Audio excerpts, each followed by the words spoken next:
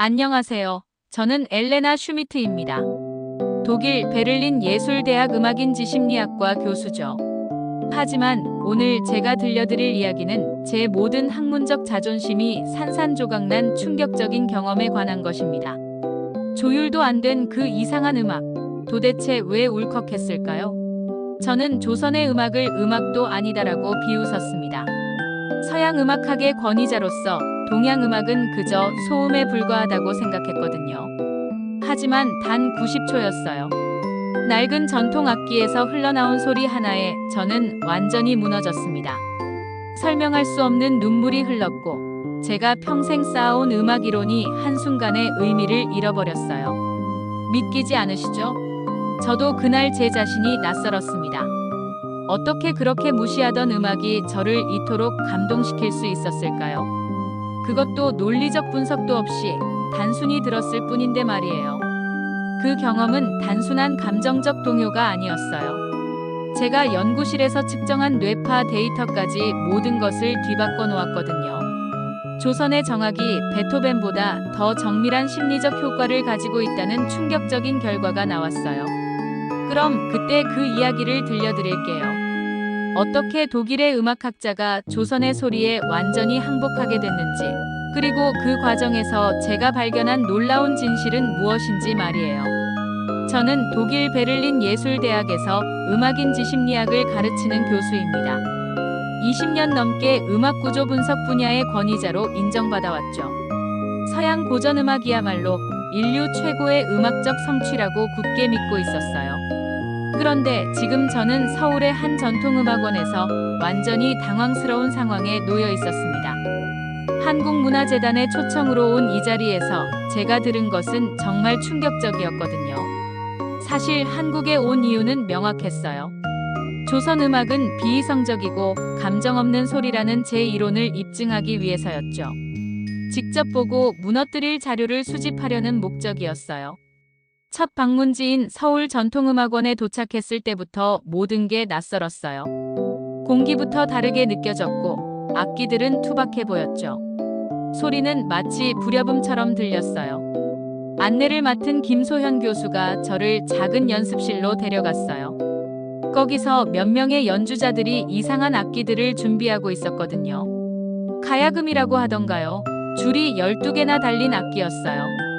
김 교수가 말씀하시더라고요. 오늘은 정악을 들려드리겠습니다라고요. 저는 속으로 비웃었어요.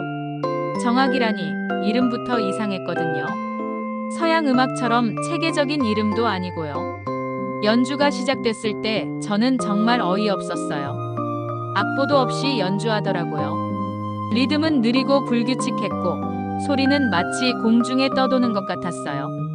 이게 음악이라고 할 수 있나 싶었죠. 그런데 이상한 일이 일어났어요. 몇 분이 지나자 제 머릿속이 점점 평온해지기 시작했거든요.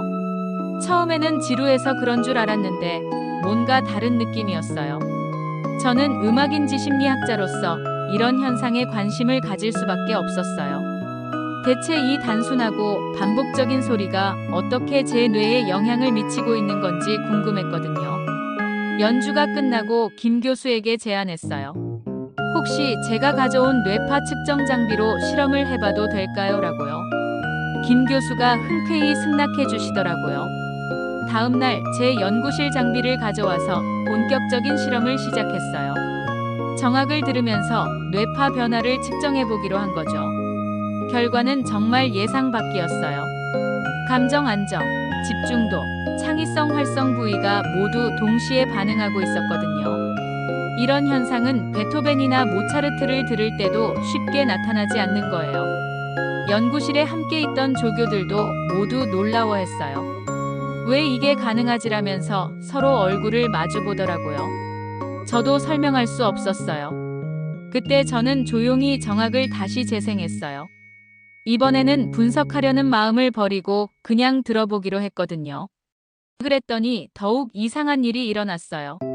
마음이 정말 편안해지면서 동시에 뭔가 깊은 감정이 올라오는 걸 느꼈어요. 슬픔도 기쁨도 아닌 설명하기 어려운 복잡한 감정이었죠. 이건 분명히 심상치 않은 일이었어요. 그날 밤 호텔에서 저는 계속 정악 생각을 했어요. 그 이상한 음악을 다시 듣고 싶다는 충동이 계속 들었거든요. 이런 경험은 처음이었어요. 다음 날 김소현 교수에게 연락해서 더 자세한 설명을 요청했어요. 정악이 정확히 무엇인지, 어떤 원리로 만들어진 건지 알고 싶었거든요. 김 교수가 친절하게 설명해 주셨어요. 정악은 조선시대 궁중에서 연주되던 음악이라고 하더라고요. 그리고 서양 음악과는 완전히 다른 철학을 바탕으로 한다고 했어요. 가장 놀라운 건 정악의 구조였어요. 서양 음악이 긴장과 이완의 대칭적 구조라면 정악은 순환과 반복, 그리고 자연의 흐름을 중심으로 한다는 거였어요. 저는 점점 궁금해졌어요. 대체 어떤 원리로 이런 효과를 만들어내는 건지 말이에요. 그래서 악기 구조와 음계 체계를 자세히 분석해 보기로 했어요. 연구실에서 정악의 주파수 분석을 해봤을 때 정말 놀랐어요. 겉보기에는 단순해 보이지만 수학적 비율 구조가 고전 음악보다 훨씬 정밀했거든요. 특히 배음의 활용 방식이 독특했어요. 서양 음악이 기본음에 집중한다면 정악은 배음들 사이의 미묘한 울림을 활용하고 있었어요. 이게 그 특별한 효과의 비밀이었나 싶었죠. 더 깊이 분석해보니 정악이 단순히 음악이 아니라는 걸 깨달았어요. 이건 심리적 안정 알고리즘에 가까웠거든요. 600년 전 조선이 이미 이런 걸 알고 있었다는 게 믿어지지 않았어요. 김 교수가 더 흥미로운 이야기를 해주셨어요. 정악이 단순히 궁중음악이 아니라 치료 목적으로도 사용됐다는 거였어요. 현대의 음악 치료법보다 훨씬 앞선 개념이었죠. 저는 그때부터 본격적으로 정악에 빠져들기 시작했어요. 매일 몇 시간씩 들으면서 그 구조를 분석했죠. 들으면 들을수록 더 많은 비밀이 드러났어요. 가장 신기한 건 정악을 들으면서 창의성이 향상된다는 점이었어요. 제가 직접 경험한 일이었거든요. 평소보다 훨씬 유연한 사고를 할 수 있었어요. 뇌파 실험을 반복해봐도 결과는 같았어요. 정악이 뇌의 여러 영역을 동시에 활성화시키면서도 스트레스는 줄여주고 있었거든요. 이런 음악은 처음 봤어요. 동료들에게 이 사실을 알렸을 때 처음에는 믿지 않더라고요. 하지만 직접 실험해보고는 모두 놀라워했어요. 이론적으로 설명하기 어려운 현상이었거든요. 저는 점점 확신하게 됐어요. 조선의 음악이 결코 원시적이거나 비과학적인 게 아니라는 걸 말이에요. 오히려 서양 음악보다 더 정교하고 과학적일 수도 있다는 생각이 들었어요. 하지만 아직 뭔가 부족했어요. 데이터로는 분석했지만 진짜 감정적 경험을 하지는 못했거든요. 그래서 실제 공연을 보러 가기로 결심했어요. 김소현 교수가 국립국악원에서 열리는 정악 공연에 초대해 주셨어요. 실제 무대에서 연주되는 정악을 들을 수 있는 기회였죠. 저는 정말 기대가 됐어요. 공연장에 도착했을 때 분위기부터 남달랐어요. 서양 클래식 공연장과는 완전히 다른 고요함이 있었거든요. 관객들도 뭔가 다른 마음가짐으로 앉아 있는 것 같았어요. 무대 위에 연주자들이 나왔을 때 저는 놀랐어요. 화려한 의상이나 거창한 세팅이 아니라 정말 소박한 모습이었거든요. 하지만 그 소박함에서 오는 진정성이 느껴졌어요. 연주가 시작되자 공연장 전체가 완전히 다른 공간이 됐어요. 마치 시간이 천천히 흐르는 것 같은 느낌이었죠. 음악이 공간을 채우는 게 아니라 공간과 하나가 되는 느낌이었어요. 처음 몇 분은 제가 알던 음악과 너무 달라서 당황스러웠어요. 멜로디가 있는 듯 없는 듯하고 리듬도 명확하지 않았거든요. 하지만 점점 그 리듬에 몸이 맞춰지기 시작했어요. 가야금 소리가 특히 인상적이었어요. 줄을 튕기는 단순한 동작에서 이렇게 깊은 울림이 나올 수 있다는 게 신기했거든요. 마치 악기가 살아있는 것처럼 느껴졌어요. 대금의 소리는 또 달랐어요. 바람이 대나무를 스쳐 지나가는 것 같은 자연스러운 소리였죠. 인위적인 기교보다는 자연의 소리를 그대로 담은 것 같았어요. 연주가 계속되면서 저는 점점 다른 세계로 빠져들고 있었어요. 분석하려던 마음도 사라지고 그냥 음악에 몸을 맡기고 있었거든요. 이런 경험은 정말 처음이었어요. 그런데 갑자기 이상한 일이 일어났어요. 눈에서 뜨거운 게 흘러내리는 걸 느꼈거든요. 눈물이었어요. 왜 우는지 스스로도 알 수 없었어요. 음악은 여전히 단조롭고 반복적이었어요. 극적인 변화나 감정적 폭발도 없었죠. 그런데 왜 눈물이 나는 건지 정말 이상했어요. 김소현 교수가 제 상태를 눈치채고 조용히 다가왔어요. 그리고 작은 목소리로 말씀하시더라고요. 이 음악은 기교보다 진심을 담는 걸 우선합니다. 그래서 울어요라고요. 그 말을 듣는 순간 저는 깨달았어요. 제가 지금까지 음악을 잘못 이해하고 있었다는 걸 말이에요. 기교나 구조보다 중요한 게 있다는 걸 조선 음악이 가르쳐주고 있었어요. 연주가 끝났을 때 공연장은 완전히 조용했어요. 박수도 즉시 나오지 않았죠.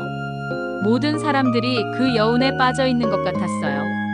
저도 마찬가지였어요.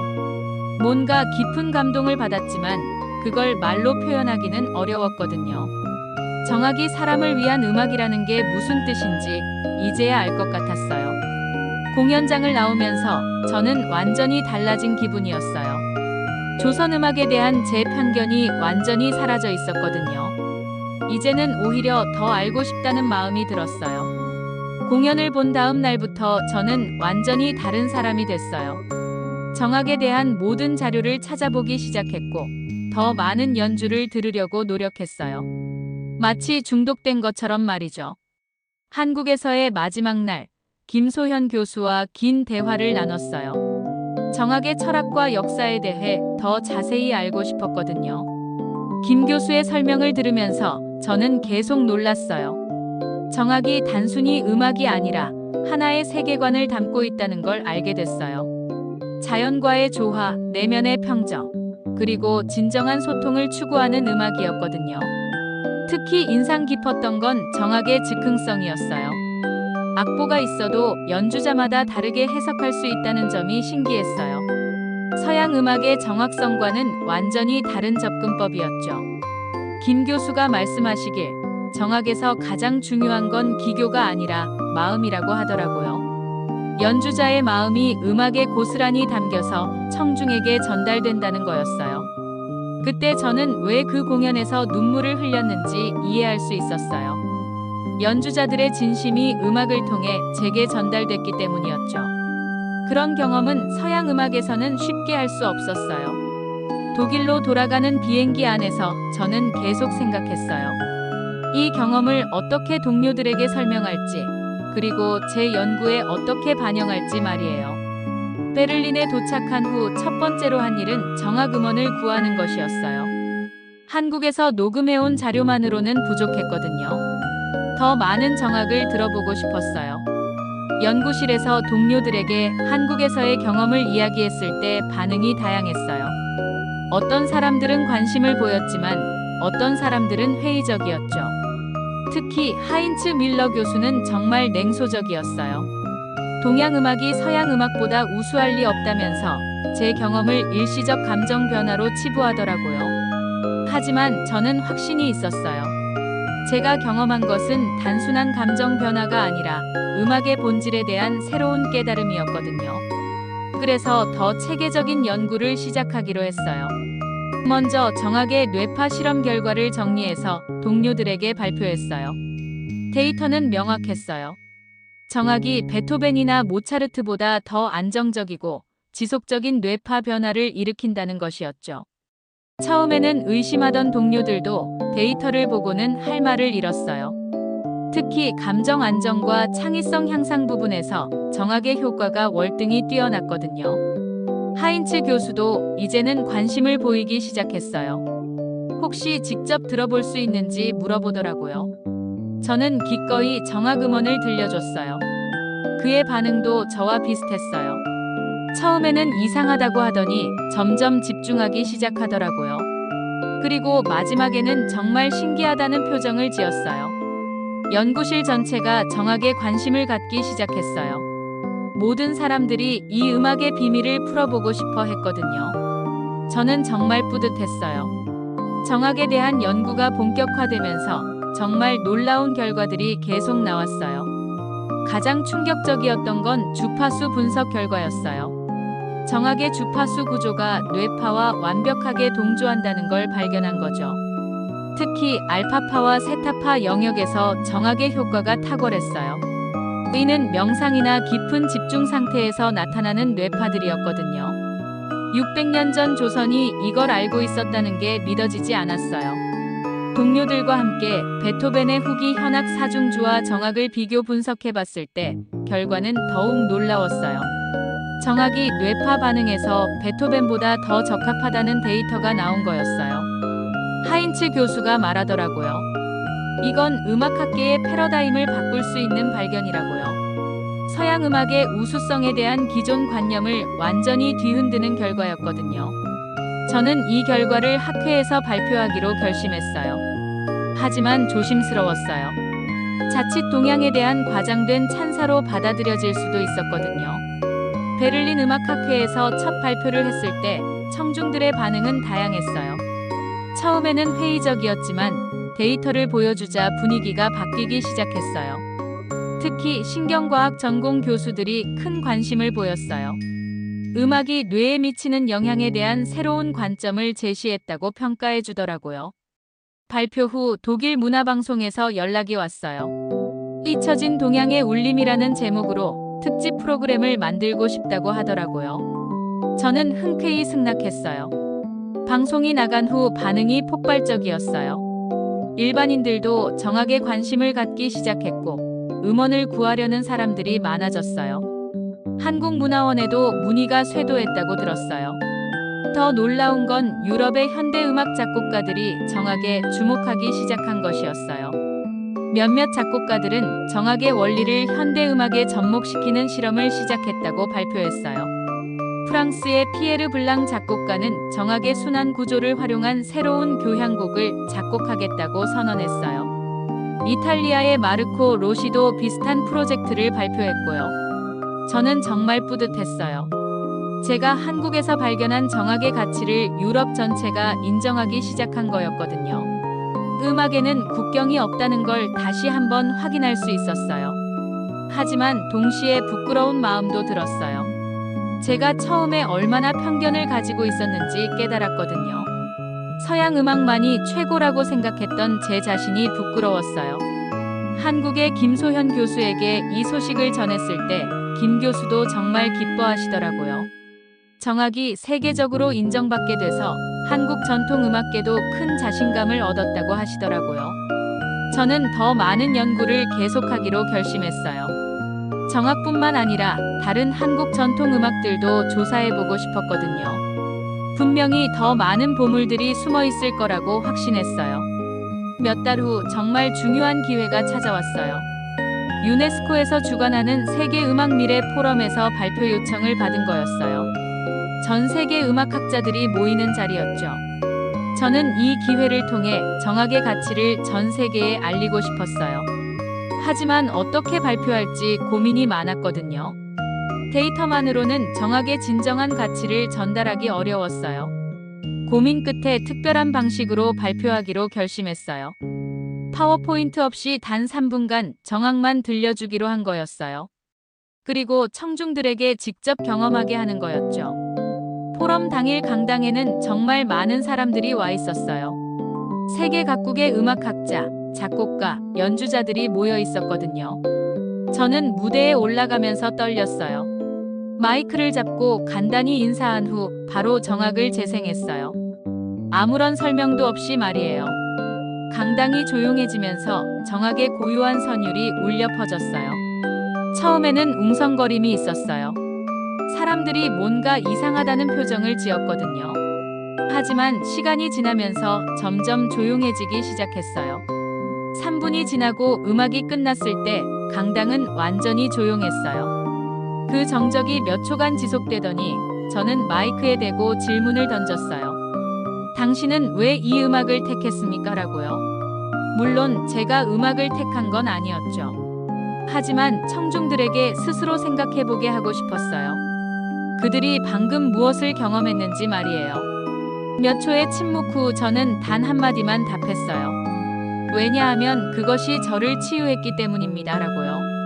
영어로 Because it healed me라고 말했죠. 그 순간 강당의 분위기가 완전히 바뀌었어요. 사람들의 눈빛이 달라졌거든요. 단순한 학술적 호기심이 아니라 진정한 관심으로 변한 거였어요. 이후 제가 준비한 발표 자료를 보여줬어요. 정악의 구조는 뇌와 감정의 파동에 가장 자연스럽게 맞닿는 음악이라는 연구 결과들이었죠. 뇌파 데이터, 주파수 분석, 심리적 효과 측정 결과까지 모든 것을 체계적으로 제시했어요. 하지만 가장 중요한 건 처음에 들려준 그 3분간의 경험이었어요. 질의응답 시간에 정말 많은 질문이 나왔어요. 대부분 정악에 대해 더 알고 싶다는 내용이었죠. 어디서 들을 수 있는지, 어떻게 배울 수 있는지 묻는 사람들이 많았어요. 특히 일본의 한 음악학자가 인상적인 질문을 했어요. 이런 음악이 현대 사회의 스트레스 해소에 활용될 수 있는지 물어보더라고요. 저는 당연히 가능하다고 답했어요.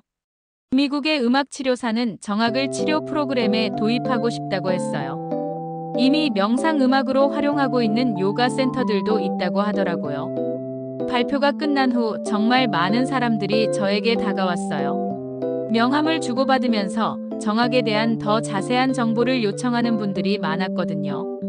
가장 감동적이었던 건 한 프랑스 할머니가 저에게 한 말이었어요.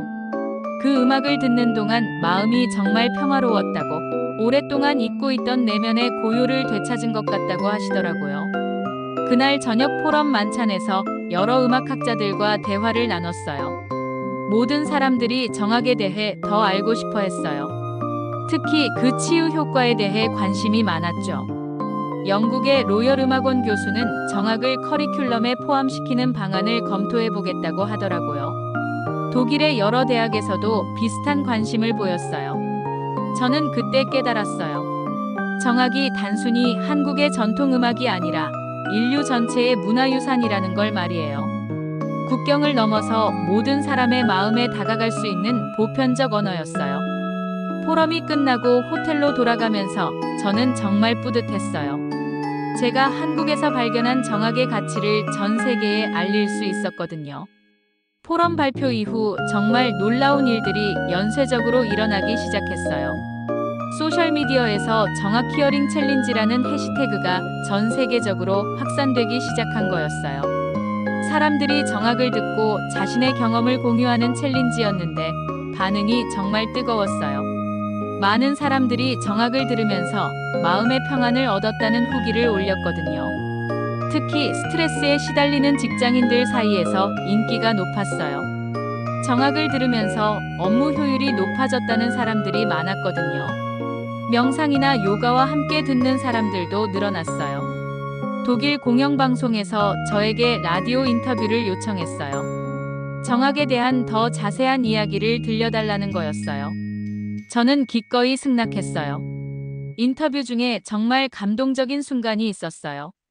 진행자가 정악을 처음 들었을 때의 경험에 대해 물어봤는데 그 순간을 떠올리니 갑자기 눈물이 나더라고요. 마이크 앞에서 울면서 고백했어요. 나는 동양을 얕봤습니다. 조선은 설명하지 않았고 나는 그냥 울었습니다라고요. 진행자도 깊이 감동한 것 같더라고요. 그 인터뷰가 방송된 후 청취자들의 반응이 폭발적이었어요. 많은 사람들이 정악에 대해 문의했고 한국 문화에 대한 관심도 크게 높아졌어요. 유럽 전역에서 비슷한 반응이 나타났어요. 프랑스, 이탈리아, 스페인에서도 정악에 대한 관심이 높아졌거든요. 한국관광청에서는 정악 관련 문화상품을 출시하기도 했어요. 가장 인상적이었던 건 일반인들의 반응이었어요. 한 독일 청취자가 라디오에 사연을 보냈는데 조선의 음악은 말을 걸지 않는다. 그냥 마음에 들어온다는 내용이었어요. 정말 그랬어요. 정악은 강요하지 않았어요. 설득하려고 하지도 않았고요. 그냥 존재 자체로 사람들의 마음을 움직였어요. 이런 음악의 힘을 저는 처음 경험했어요. 저는 이 경험을 바탕으로 책을 쓰기로 결심했어요. 침묵 속에 울리던 나라라는 제목으로 한국문화유산 소개서를 집필하기 시작했어요. 책에는 정악뿐만 아니라 한국의 다른 전통 문화들도 담고 싶었어요. 저와 같은 서양인의 시각에서 본 한국 문화의 진정한 가치를 알리고 싶었거든요. 출판사에서도 큰 관심을 보였어요. 독일어판뿐만 아니라 영어, 프랑스어, 이탈리아어로도 번역 출간하고 싶다고 하더라고요. 집필 과정에서 저는 한국에 대해 더 많이 공부했어요. 정학 외에도 한국의 철학, 예술, 생활 문화까지 폭넓게 연구했죠. 알면 알수록 더욱 놀라웠어요. 특히 한국 문화의 정적인 아름다움에 깊이 감동했어요. 화려하게 드러내지 않으면서도 깊은 울림을 주는 그 특별함이 정학과 똑같았거든요. 김소현 교수와도 계속 연락을 주고받으면서 조언을 구했어요. 김 교수는 서양인이 한국 문화를 이렇게 깊이 이해해주는 것이 정말 고맙다고 하시더라고요. 책이 완성되어 갈수록 저는 더욱 확신하게 됐어요. 한국은 설명하지 않고도 감동을 주는 특별한 나라라는 걸 말이에요.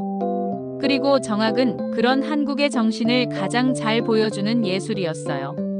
책이 출간된 지 1년 후, 저에게는 새로운 일상이 생겼어요. 매일 저녁 제 딸 안나에게 자장가 대신 정학을 들려주는 것이었죠. 안나는 정학을 들으면서 정말 편안하게 잠들어요. 처음에는 남편 마르틴이 의아해했어요.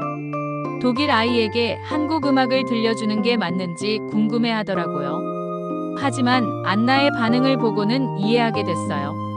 정학을 들으면서 자란 안나는 다른 아이들보다 차분하고 집중력이 좋아요. 유치원 선생님도 안나가 특별히 안정적이라고 말씀하시더라고요. 어느 날 안나가 저에게 물어봤어요. 엄마, 이 음악은 왜 이렇게 예뻐요라고요. 저는 안나에게 설명했어요. 이건 아주 먼 나라의 사람들이 마음을 담아서 만든 음악이라고요. 안나가 다시 물었어요. 그 사람들은 왜 이런 음악을 만들었어요? 라고요. 저는 잠시 생각하다가 답했어요. 사람들이 행복하고 평화롭게 살기를 바라서라고요. 그 대답을 하면서 저는 다시 한번 깨달았어요. 정학의 진정한 의미를 말이에요. 그것은 단순한 음악이 아니라 인간에 대한 사랑이었어요. 제 책 침묵 속에 울리던 나라가 베스트셀러가 된 후 여러 강연 요청이 들어왔어요. 독일 전역은 물론 유럽 각국에서 한국 문화에 대해 이야기해달라고 하더라고요. 강연에서 저는 항상 정학을 들려줘요. 그리고 사람들에게 말하죠. 이건 음악이 아니라 위로에 가까워요. 그래서 저는 이제 음악을 다시 배웁니다라고요. 정말 그래요. 정학을 알고 난 후 저는 음악에 대한 모든 것을 다시 배우고 있어요. 기교나 구조보다 중요한 것이 마음이라는 걸 깨달았거든요. 제 연구실에서도 정학 연구가 계속되고 있어요. 이제는 여러 제자들이 함께 참여해서 정액의 치유 효과에 대한 더 깊은 연구를 진행하고 있어요. 최근에는 독일의 여러 병원에서 정학을 음악 치료에 활용하기 시작했어요. 특히 스트레스 관련 질환 환자들에게 효과가 좋다는 보고가 나오고 있어요. 한국에도 자주 가게 됐어요. 1년에 두세 번은 방문해서 김소현 교수와 함께 정학에 대한 더 깊은 연구를 하고 있거든요. 갈 때마다 새로운 발견이 있어요. 정학 외에도 한국에는 정말 많은 음악적 보물들이 숨어 있더라고요. 민요, 판소리, 사물놀이까지 모든 게 특별했어요. 하지만 여전히 가장 특별한 건 정학이에요. 그 고요하고 깊은 울림은 아직도 저를 감동시키거든요. 들을 때마다 새로운 감정을 발견하게 돼요. 안나도 이제 6살이 됐는데 여전히 정학을 좋아해요. 가끔 한국어로 된 동요도 불러요. 마르틴은 농담으로 안나가 독일 아이인지 한국 아이인지 모르겠다고 해요. 저는 그럴 때마다 생각해요. 음악에는 국경이 없다는 걸 말이에요. 정학이 안나에게 전해준 것은 한국의 음악이 아니라 인류 공통의 아름다움이었어요. 제 인생을 바꾼 그 90초의 정학을 처음 들었던 날을 저는 평생 잊지 못할 거예요. 그날 저는 진정한 음악이 무엇인지 깨달았거든요. 조선의 리듬이 우리 딸의 자장가가 된 지금, 저는 확신을 가지고 말할 수 있어요. 한국은 설명하지 않고도 세상을 감동시키는 나라라고요. 그리고 그 중심에는 정학이 있었어요.